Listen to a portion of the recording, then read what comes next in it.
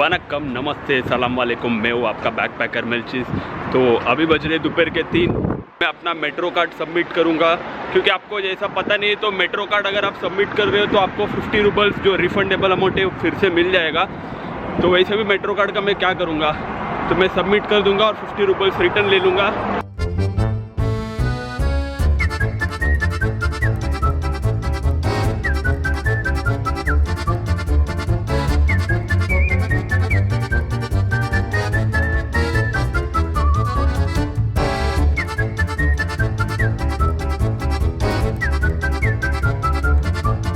मैंने जो जूम करके दिखाया था ना, वो लोग आपके पास आएंगे और वो लोग पूछेंगे आपको कि मतलब can you have a photo with me करके। वो फ़ोटो का ना वो लोग कुछ 500 रुपये तक चार्ज करते।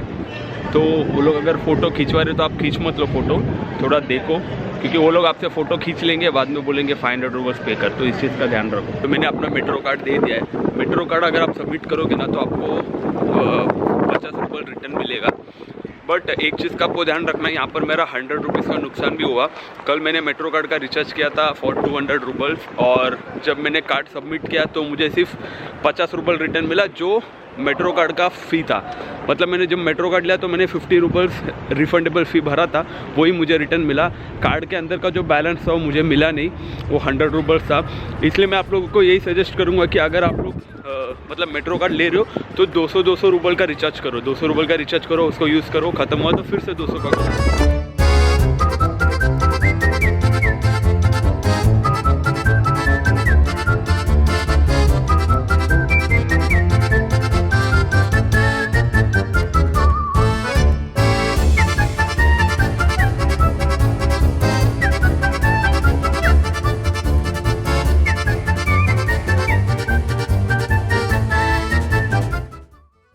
Very good morning to all. तो अभी बज रहे सुबह के 6 और मैं रुका मेरे हॉस्टल के बाहर अपना लगेज के साथ।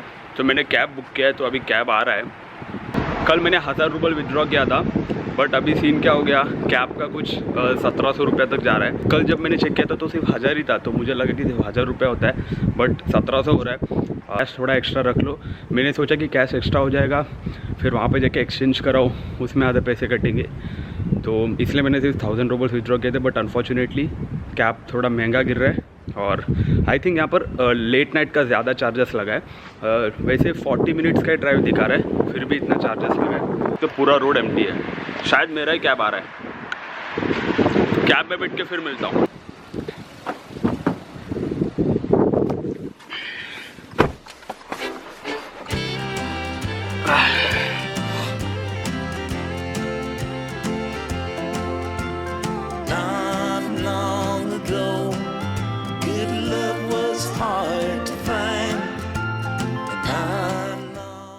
मुझे आपके साथ बहुत बड़ी कहानी शेयर करनी है, तो ये वीडियो स्किप मत करो, बहुत इन्फॉर्मेटिव वीडियो होने वाला है। बिकॉज मेरे साथ आज जो हुआ वो आपके साथ नहीं होना चाहिए। कहानी शुरू होती है सुबह 6 बजे। मैं सुबह 6 बजे कैब करके एयरपोर्ट पहुंचा है, डोमोडेडोगो, DME एयरपोर्ट बोलते हैं इसको। तो मैं ये एयरपोर्ट पहुंचा और मेरी फ़्लाइट थी 10 बजे की। तो मैंने नीचे चेक इन वगैरह कर लिया, सब कुछ किया। फिर यहाँ पे इमिग्रेशन में मुझे रोका, रशियन इमिग्रेशन में, मॉस्को में। तो मुझे क्या लगा, चलो ये तो नॉर्मल मतलब पूछताछ करेंगे अभी। तो बंदे ने मेरे से कम 1 घंटे तक पूछताछ किया। सब कुछ उसने जितना डॉक्यूमेंट पूछा मैंने A to Z उसको दिया।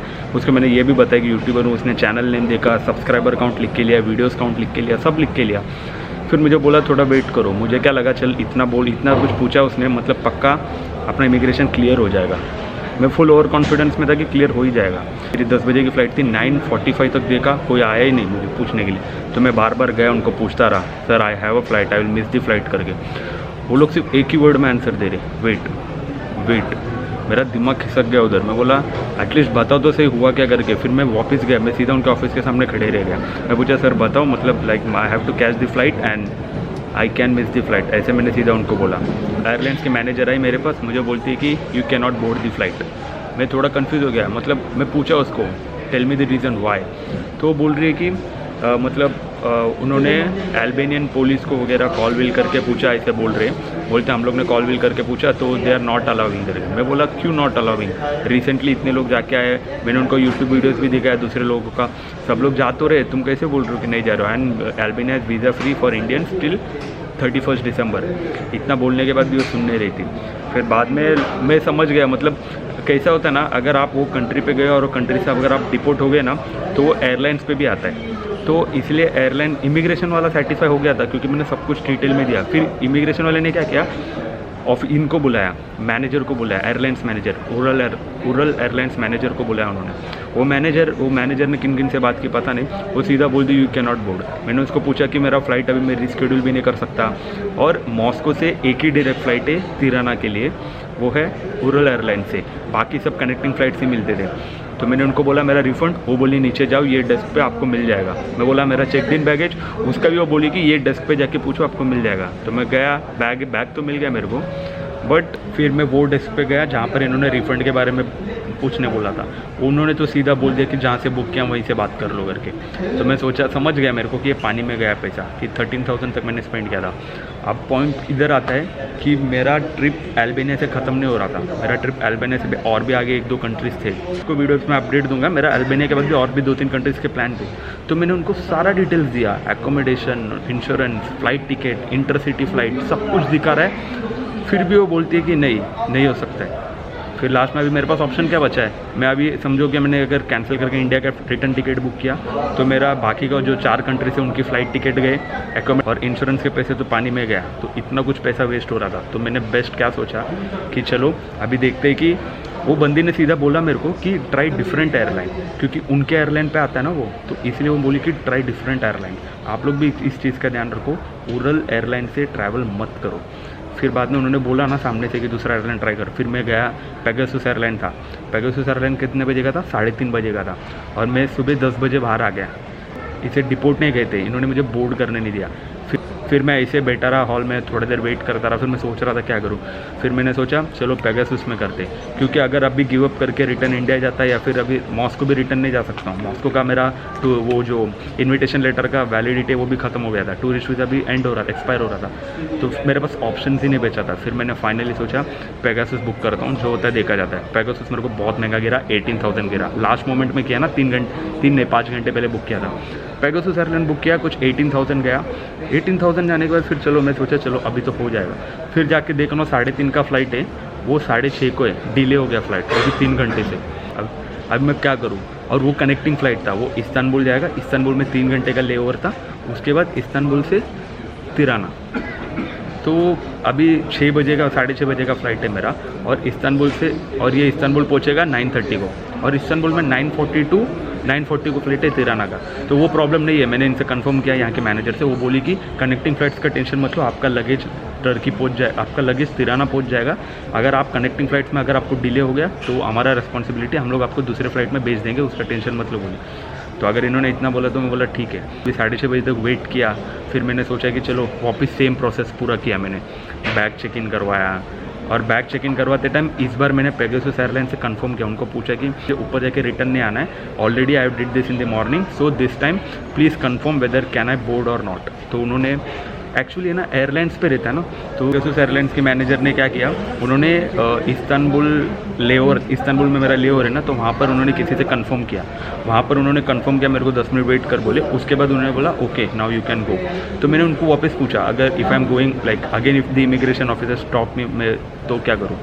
तो उन्होंने बोला कुछ होगा नहीं, बिकॉज उन लोग ने अगर आपको रोका तो भी वो लोग मुझे ही कॉल करेंगे, तो मैं उनको बता दूंगी बोली। तो मुझे एक थोड़ा पॉजिटिव नोट लगा ये। फिर मैं ऊपर गया और मुझे लगा वापस सेम प्रोसेस, पूरा बेल्ट निकालो, लैपटॉप निकालो, वो बहुत बड़ा क्यू था। सब होने के बाद फिर आया इमिग्रेशन का टाइम, तो मुझे लगा अभी फिर से मुझे लेके जाएगा, फिर से बैग चेक करेगा, सब पूछेगा, सवाल करेगा, 1 घंटा बिताएगा लगा। फिर मेरा like I am so lucky that मेरी जो इमिग्रेशन ऑफिसर थी वो बहुत अच्छी थी। सब कुछ इमिग्रेशन ऑफिसर पे ही डिपेंड है। अगर इमिग्रेशन ऑफिसर चाहे तो अब स्मूथली आपका इमिग्रेशन क्लियर हो जाएगा। तो मेरी इमिग्रेशन ऑफिसर, मतलब मुझे डर लग रहा था कि मतलब वो लोग क्या करते हैं, कॉल कर, अगर वो लोग ने किसी को कॉल किया ना, मतलब समझो आपका पासपोर्ट जमा होएगा और आपको 1-2 घंटा बिता के रखेंगे। तो मैं वेट कर रहा था whether she will call someone और नॉट। तो वेट करता रहा। उन्होंने मतलब मेरा पासपोर्ट बहुत, इंडियन पासपोर्ट होल्डर्स को बहुत लोग वेरीफाई करते हैं यार। मेरा पासपोर्ट को इन लोग ने 15-20 बार स्कैन किया। फिर उन्होंने मुझे, उनको इंग्लिश नहीं आ रहा था, तो उन्होंने गूगल ट्रांसलेट से मुझे पूछा why were you in Russia. तो मैंने उनको सब कुछ एक्सप्लेन किया। मैंने उनको ये भी बोला कि ब्लॉग, तो उनको थोड़ा मतलब, तो उनको लगा चलो जेन्युइन ट्रैवलर है। उसके बाद भी मुझे मतलब 15 मिनट तक लोग, मतलब 15 मिनट तक बात चालू था मेरा। बट चलो अच्छा है कि उन्होंने स्टैंप मार के मुझे भेज दिया। अगर उन्होंने मेरा पासपोर्ट जमा किया होता ना फिर से, तो अगेन मतलब बहुत सारा लफड़ा होता और मेरा 1-1.5 घंटा बर्बाद होता। तो आप लोगों को मैं ये सब क्यों शेयर करूँ, आप लोग को डिप्रेशन में नहीं डालना है, मुझे बता रहा हूँ। बहुत लोग ऐसा सोचते हैं कि मतलब एक कंट्री टू दूसरा कंट्री स्मूथली ट्रैवल हो सकता है, ऐसा नहीं है। आप देखोगे बहुत सारे ट्रैवल ब्लॉगर्स जाते हैं, मतलब किस को भेज देते। और मुझे तो ये आज का जो मुझे एयरलाइंस ने डिनाई किया था बोली, उन्होंने मेरे को सीधा क्या बोला कि lot of Indians are getting deported from Albania, so that's the reason our airlines is not allowing to board, क्योंकि एयरलाइंस पे आता है ना। तो आप लोग बहुत ध्यान रखो इस चीज़ का। मैं तो आपको ये बोलूँगा कि जो वीज़ा फ्री कंट्रीज है ना, ये अवॉइड करो थोड़ा। मैंने गलती से प्लान बना लिया था, बट मैं नेक्स्ट टाइम से अवॉइड करूँगा। अगर आपका पासपोर्ट पूरा भर गया ना, कि मतलब टूरिस्ट वीज़ा, स्टिकर वीज़ा सब लगा के, उसके बाद आप वीज़ा फ्री कंट्रीज़ में जाओ। अगर आप वीज़ा फ्री कंट्री में जाते हो ना, तो ये लोग को क्या लगता है कि यहाँ पर इमिग्रेट हो जाएगा। मेरे को तो एयरलाइंस मैनेजर ये बोल रही थी कि the police in Albania are afraid that like your travel plan is in Europe border. तो बोल रहे कि तुम यूरोप में इमिग्रेट हो जाओगे करके, लाइक दे आर वरी। मैं बोला अबे यार, इतना कुछ तुम लोग को प्रूफ देने के बाद भी तुम लोग को लग रहा है कि हम यूरोप में इमिग्रेट हो जाएंगे। चलो कोई बात नहीं, ये सब एक्सपीरियंस है, बट लाइक मैं लॉस में गया थोड़ा। 1000 का टिकट कैंसिल हुआ, वो रिफंड तो आएगा नहीं, वो तो पता है। और 18,000 का नया टिकट बुक किया, वो भी क्रेडिट कार्ड से मार दिया अभी। वो क्रेडिट कार्ड से किया, क्या करूँ। अगर वो नहीं करता तो मेरा आगे का जितना भी प्लान से सब फ्लॉप होता और बहुत लॉस हो जाता मेरा। तिराना जाके आपको बाकी का सारे डिटेल्स देता हूँ। यहाँ पर इमिग्रेशन में इंडिया का भी रिटर्न फ्लाइट टिकट पूछ रहे हैं, मुझे पता नहीं इंडिया का क्यों पूछ रहे हैं। मोस्टली ऑन गोइंग कंट्री का ही पूछते हैं ना। अभी मैं मॉस्को आया हूँ, तो मुझे मॉस्को से बाहर जाने का टिकट ये लोग पूछना चाहिए ना, बट नहीं, वो लोग इंडिया का रिटर्न टिकट पूछ रहे हैं। मेरा 3-4 कंट्रीज़ का प्लान है, तो वो लोग इंडिया कब रिटर्न जा रहे हो वो फ्लाइट टिकट भी उन लोग ने मेरे से पूछा। रशिया भी पहले जैसे नहीं है, रशिया पहला बहुत स्मूथली इमिग्रेशन कर देता था, अभी वैसे नहीं है। इंडियन पासपोर्ट होल्डर्स को सब जगह टारगेट किया जाता है। जब मैं रशिया एंटर कर रहा था, तब मेरे क्यू में जितने लोग थे सबको उसने भेज दिया रिटर्न। ये बात भी है कि इमिग्रेशन ऑफिसर पे भी डिपेंड करता है, बट हम कैसे अंदाज़ा लगाए कि कौन सा इमिग्रेशन ऑफिसर अच्छा है। तो मेरा तिराना में ज़्यादा प्लान्स तो नहीं है, सिर्फ for a week I will stay. Week भी नहीं, 5 या 6 दिन का ही प्लान है मेरा। तो मैं ट्राई करता हूँ 5-6 दिन में आपको कुछ अच्छा कंटेंट दूँ। तो चलो आपको सीधा भी फ़्लाइट में मिलता हूँ, उसके बाद सीधा तिराना में मिलूँगा। अगर इमिग्रेशन क्लियर हुआ तो, अगर इमिग्रेशन उधर भी क्लियर नहीं हुआ ना, तो वीडियो अपलोड भी नहीं होगा। Time goes slow when you're up all through the night. To darkness we'll go to greet the morning light. Won't waste away tomorrow. We're stepping out the door, 'cause you're the one that I've been searching for. तो guys finally flight board कर लिया है, और नसीब अच्छा है, window seat मिला। उसमें विंडो सीट मिला है, बट लेओवर के बाद जो दूसरा फ़्लाइट है उसमें विंडो सीट नहीं है, उसमें कॉर्नर सीट है, चलेगा। अभी का जो फ़्लाइट है यही लॉन्ग ड्यूरेशन का है, 3 घंटे का है। फिर इस्तांबुल से जो फ़्लाइट है वो सिर्फ 40 या 50 मिनट का है, तो वहाँ पर विंडो सीट नहीं मिला तो भी चलता है। और लेग स्पेस भी अच्छा है। All before, yes, you're the one that I've been searching for.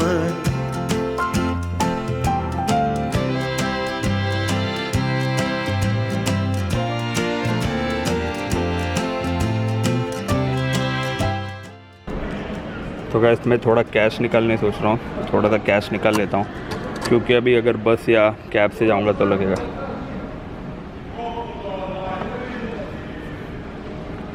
English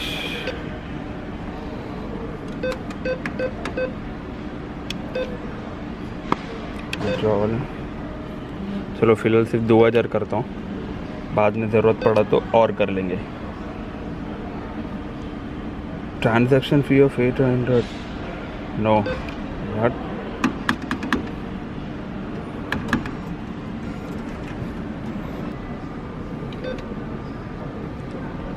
चलो 1000 लेक करता हूँ फिलहाल, नो।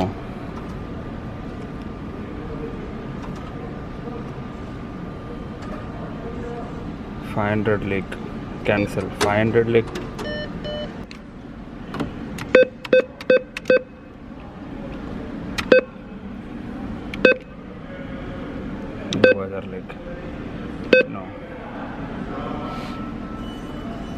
चलो ये 350, ये थोड़ा कम लगा रहे हैं, तो यहाँ से मैं करता हूँ, याद रख लो OTP bank.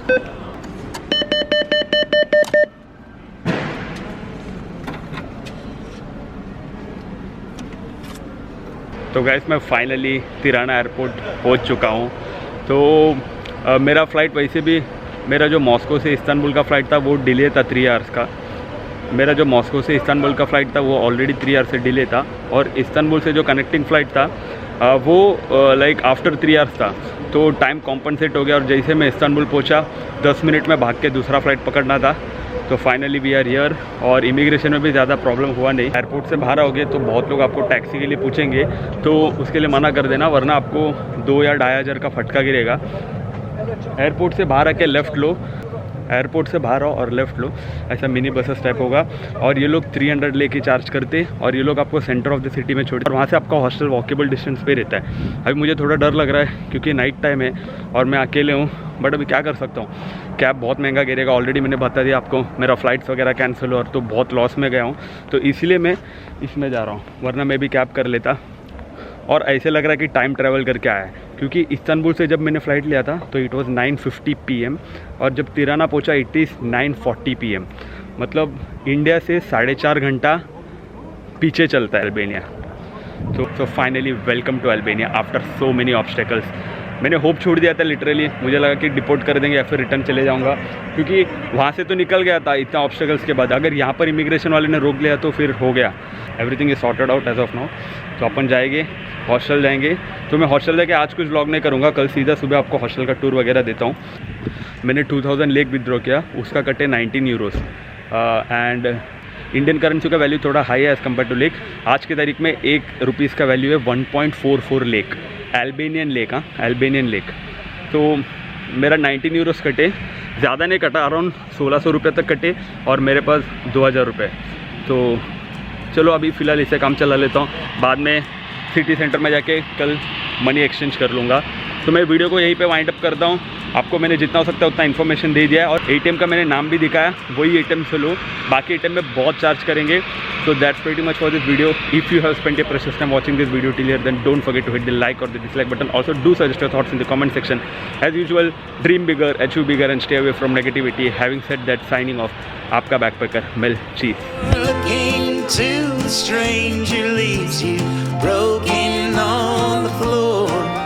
Yes, you're the one that I've been searching for.